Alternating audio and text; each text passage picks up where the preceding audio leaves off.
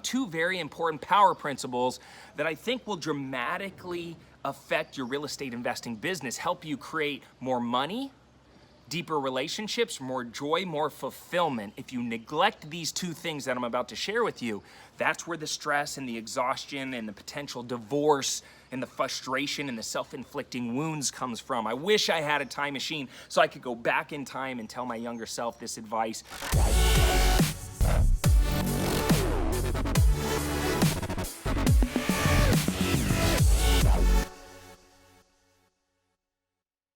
If you're new to my channel, welcome. Super excited that you're here. Like I said, my name's Cody Sperber. I'm known as the Clever Investor. I flipped thousands of houses, been in this business for over 15 years, and this is a place people come to learn how to create true financial freedom through real estate and real estate investing. So if you want to make an embarrassing amount of money, you're at the right place. Make sure you subscribe to this channel. Turn on post notifications by hitting that little bell. And also drop me a comment down below letting me know that you're new to the channel, and I'm gonna reply back with a free gift worth $97. For everybody else, welcome back. Let's dive on in. All right, so anticipatory joy. Have you ever heard of this concept before? It's playing a massive role in your life. We all, Harvard psychologist, I think the guy's name was Dan Gilbert, he did this study where he realized that more joy and happiness and this feeling of fulfillment is created in the anticipation of hitting a goal or receiving something or gaining more than actually the moment where you gain it. All right, that's where the anticipation comes in. Basically, it's the thrill of the chase. And people that learn to harness that moment before you actually get it are the people that go further faster and that actually experience more fulfillment in their lives. All right, and I want to talk to you about this because I've seen a lot of people right now on social media, they're really struggling with finding fulfillment, finding happiness. Everybody is what I call a perpetual pleasure chaser. Well, maybe not everybody. There's a lot of people out there that are perpetual pleasure chasers. You don't want to be this person. We know these type of people, right? And just think about humans and the way we work. It's exciting to go walk, down a street and you're window shopping and you see a cupcake in a bakery and your mouth starts watering and you're like, oh man, this is gonna be awesome. That looks amazing. I can't wait to eat it. And that feeling of walking into the store and getting the cupcake, and then you finally get the satisfaction of experiencing it. We all have had, that Black Friday excitement. We also have had the opposite end of the coin, where it's not a positive experience, it's something negative. It's like an addiction, like gambling, where you're about to pull that lever down on the slot machine and you keep losing, but you keep going down the rabbit hole because you got that dopamine rush. You just keep, chasing the high. I'm talking about this because in the real estate space, these perpetual pleasure chasers actually derail from their full potential because they're always jumping from vehicle to vehicle to vehicle, or relationship to relationship, or apartment to apartment, house to house, thinking that when they get to that next level of life, when they get that money in their bank account, that they're going to be happy.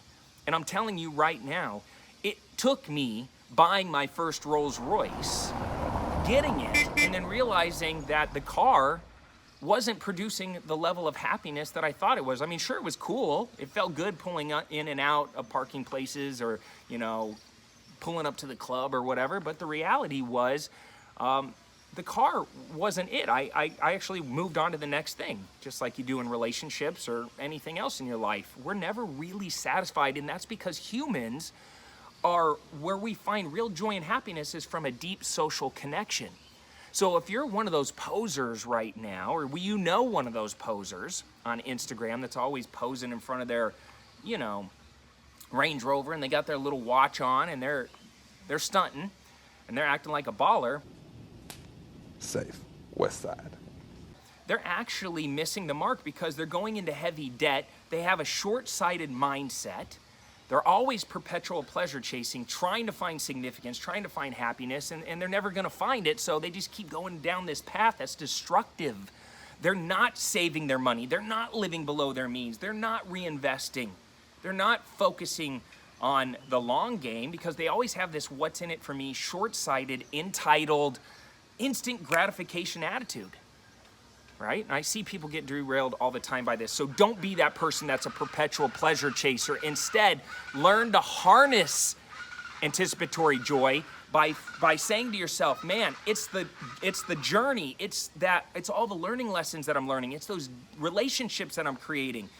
All right? And I want to tell you about the second power principle right now, and I want to tell you a story, which is the power principle of paying karmic debts, because they go hand in hand.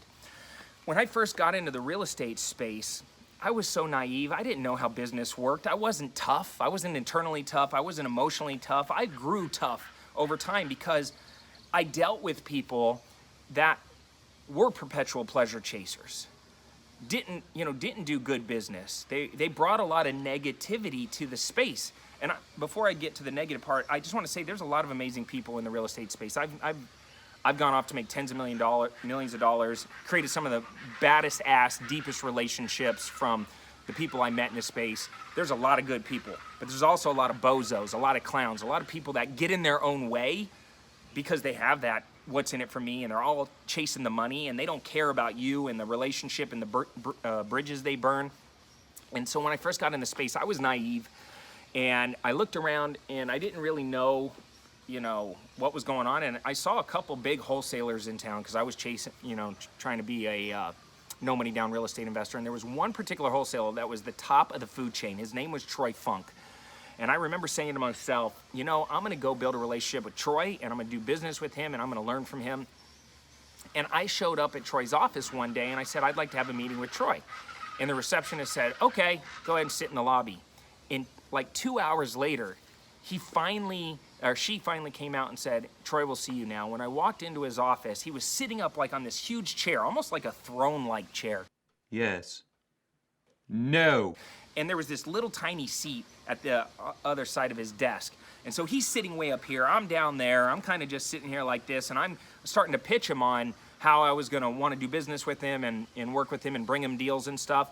And he let me go for about 4 or 5 minutes before he cut me off and said, listen, I got another meeting I got to go to.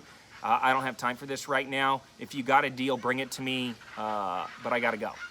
And I remember feeling so insignificant, and I felt it was so rude that he sidelined me after waiting all that time. And I left there with, this feeling of like, screw that guy. And then I was going around trying to, meet people at RIA meetings and stuff, and I started to hear around town this guy, Troy, who was making millions of dollars, had everybody bringing him deals, was doing people dirty, and that he was cutting people out of deals, and he wasn't trustworthy, and not to bring business to him. And over time, over the next year, I watched Troy, the biggest guy in town, fall from grace. People stopped bringing him deals. He had a horrible reputation around town. All of a sudden, I heard he got addicted to drugs. I heard he got into a massive fight with his girlfriend or wife or something. One night, the cops were called. They were like, spouse abuse or whatever. He went to jail.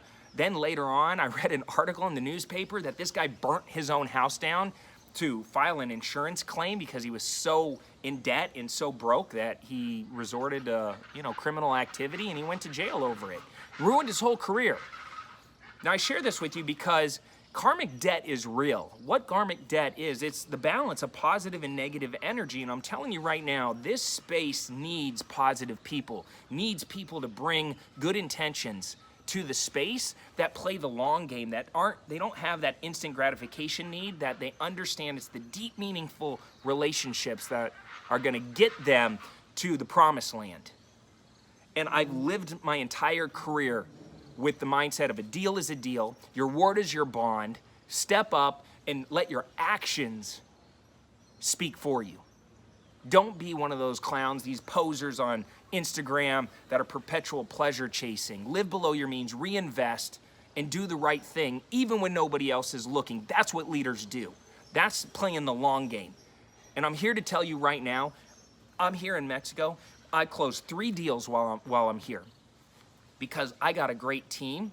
I have trust. They have trust for me. I have great systems, great processes. We have lots of people bringing us deal flow. We're having an absolute blast. I don't find fulfillment in just doing deals or buying nice stuff. I love nice stuff. I'm not saying anything wrong with that. But be a collector of memories. Be somebody that creates those long-term relationships and really thinks bigger than just that one moment where you're gonna get the gain or the money or the deal or the instant gratification. You guys understand what I'm saying to you right now? I'm trying to drop some wisdom so you don't make a lot of the mistakes that I've seen, because I've seen many Troys come and go. They're gone. But I have a lot of relationships with people that did play the long game, that are still here, still making millions of dollars, still having an absolute blast. And I want you to be one of those people. All right. That's my motivational message for today. I got to get to getting. We got to go have some fun here today. By the way, I want to give you something for watching this video all the way to the end. It's my book, How to Flip Houses with Little to No Money Down. There's going to be a link down below. Just click it. You're going to get the book. I'm also going to give you some free training with the book. If you're interested in becoming a creative real estate investor, and just like I did, no money down real estate is real. It's fun. It's profitable. You want to learn how to do it. All the details are in this book, and also the free training video that come with that. So click the link down below. And until next time, I'm Cody Sperber, the Clever Investor, signing off for now. Till then, take care, comb your hair. Spurbs out.